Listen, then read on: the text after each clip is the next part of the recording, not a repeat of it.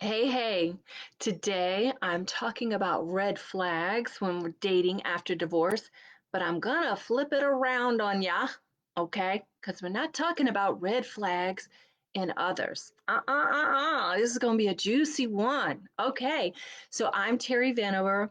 I'm a divorce healing strategist, and I've helped hundreds and hundreds of divorce professionals and entrepreneurs heal their abandonment wounds and traumas so that they can re enter their next chapter with confidence and feeling secure. So, let's talk about the red flags in you.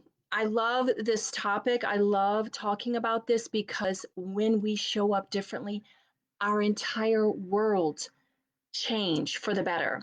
So, what are the red flags in ourselves? Because so much information, resources, and stuff. It's so focused on what other people are doing and what other people, the red flags in other people. But really, if you really want to enter the dating world with confidence, if you want to find a partner, you really need to do the inner work on yourself. You need to identify and become aware of your own triggers, your own negative feelings, and how those show up. Hey, okay, we got a lot of people joining us. Awesome.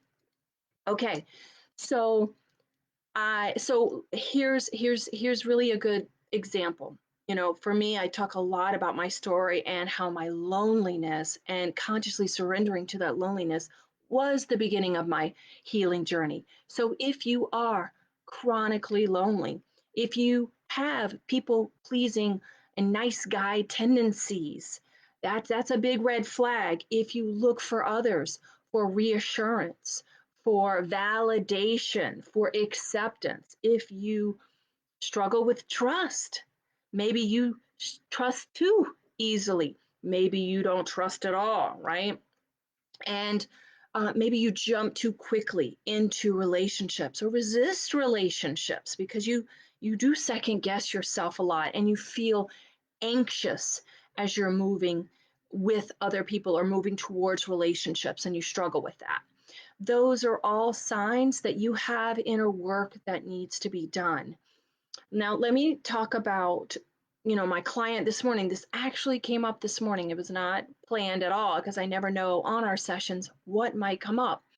And she's in a partnership, but where they are struggling and where they've struggled for years is how she's projecting her abandonment wounds onto her partner. Her story, the filter that she goes through in her story is, I don't feel heard. I feel ignored. My needs aren't getting met. And so, because this is her story, they're locked into this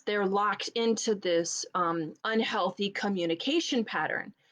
And she was telling me about this incident that they were having, that they were trying to communicate about this certain situation. And she said, well, he won't let me talk. He controls the conversation. He doesn't listen to me. And I was kind of just like, this is where it got a little challenging. And I said, I love you. And here's where the challenge is. You need to recognize the irony here. The irony is you're have this story that he controls the conversation, but you're trying to control the conversation. You're constantly projecting at him that he's not listening, he doesn't hear you, he's ignoring you, yada yada yada. So in that need to be heard, right? It's that little girl that's screaming to be heard, that needs to be not ignored, right? She's showing up in her relationship needing him to do that for her, and she's controlling the conversation. And I was kind of saying, the more you try to control him and we try to control our partners, the more rebellious they become, the more they resist, the more you guys are locked into this dance. And I have seen this, oh, 1,000 times. I've seen it 1,000 times. When we let go and we accept and we embrace our partner rather than trying to control energetically, maybe not consciously, but subconsciously, she's trying to control him. The better that relation becomes, and the better your partner will meet your needs. Been there, done that, y'all. I've said that myself. If only my partner would do this, then our relationship would work. Then I'd be happy. And when I let go of that thinking and I did the inner work on myself and I validated myself and I showed up authentically and not expecting anything from him and just loving him, he gave me what I was looking for because I wasn't like pushing it on him. And it wasn't him that was making the relationship miserable, it was me. And I've even seen this with divorced partners in their co parenting relationship. And I think this is why my co parenting relationship works as is. I've let go of my filters, I've let go of expecting my ex to be a certain way and just accepting what is and embracing what is. But listen, those red flags in you, it's not that you're broken. And I told my client, it's not that you're broken. It's not that it's a bad thing. I actually want you to embrace that part of you. I want you to unconditionally accept that part of you that is longing to be heard, that feels ignored, and see what comes up because the healing is in the awareness. The healing is in the awareness. And I saw this with one of my other clients and when she came to me, y'all, like for real, like what she was looking for was just to ease the anxiety because she'd have a panic attack every time her ex's truck wheels would hit that driveway to drop their son off. And every time that truck wheel would hit, man, she'd spiral into anxiety and panic. And all we were looking was to shift this communication pattern so that they could communicate respectfully about their son.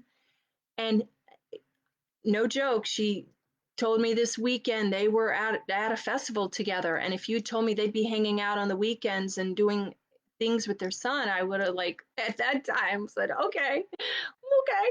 And but it's so possible because she showed up differently in that relationship and in that dynamic and broke those old negative relationship patterns and those old filters through which she was seeing her ex in. And now they can embrace and accept, but it begins by accepting yourself, feeling radical compassion for whatever those negative feelings you have towards yourself, and embracing and loving all parts of you, even the parts that we don't like, because it's there to teach you something. It's there to show you something. It's a learning opportunity, it's a growth opportunity.